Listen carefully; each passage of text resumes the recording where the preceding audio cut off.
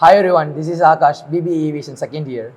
Hello everyone, this is Imaya, BSc aviation second year. இன்னைக்கு நம்ம கூட இருக்கிறது உலக தமிழாராய்ச்சி நிறுவனத்தின் இணை பேராசிரியர் மனவழகன் ஐயா அவர்கள்.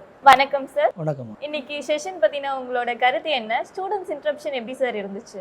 அசட் கல்லூரிக்கு நான் வருகை தந்தது குறித்து மகிழ்ச்சி அடைகிறேன். ஏன்னா பொதுவாக தமிழியல் படிக்கிற மாணவர்கள், தமிழே ஒரு பருவத்திற்கு படிக்கிற மாணவர்கள் அல்லது பிற துறை சார்ந்த மாணவர்கள், இவங்களுக்கும் அசட் இந்த கல்லூரியில் படிக்கக்கூடிய குறிப்பாக வானூர்தி தொழில்நுட்பம், பறத்தல் தொழில்நுட்பம் முதலான பல்வேறு தொழில்நுட்பங்களை அடிப்படையாக கொண்டு இருக்கிற, அதற்காக இயங்கி கொண்டு இருக்கிற இந்த கல்லூரியுடைய மாணவர்களுக்கும் வேறுபாடு இருக்குது. மாணவர்களுடைய புரிதல் இது அனைத்துமே மகிழ்ச்சிக்குரியதாக இருந்தது. எங்களுக்கு எகிப்தில் நம்ம தமிழர்களோட பேர் கண்டறிஞ்சதை சொல்லிங்க. அது கிட்டத்தட்ட நம்ம கிறிஸ்து பிறப்புக்கு ஏற்ற காலமான டைமில் அங்கே நம்ம தமிழர்கள் போயிருக்காங்க, வணிகம் பண்ணியிருக்காங்க.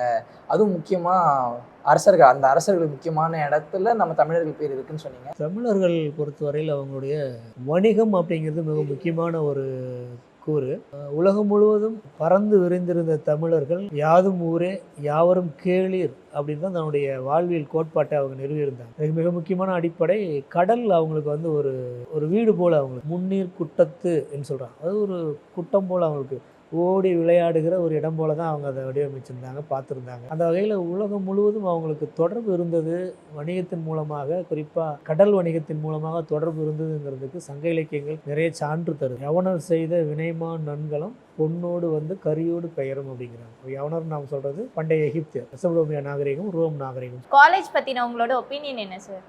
இந்த கல்லூரிக்கு நான் இதுதான் முதல் முறை இந்த பகுதிக்கு நான் வர்றது. கேள்விப்பட்டிருக்கேன், இந்த பகுதிக்கு வர்றது தான் முதல் முறை. இங்கே இருக்கிற மாணவர்கள் ஒரு தனித்தமான ஒரு துறையை எடுத்து இங்கே பயின்றுட்டு இருக்காங்க அப்படிங்கிறதையும் இங்கே வந்த பிறகு தான் நான் பார்த்து தெரிஞ்சுக்கிட்டேன்.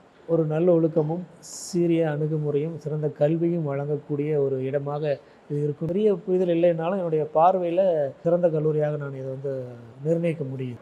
இவ்வளோ பிஸி டைம்லையும் எங்களுக்காக டைம் ஸ்பெண்ட் பண்ணி இங்கே வந்ததுக்கு ரொம்ப நன்றி சார். மிக்க மகிழ்ச்சி.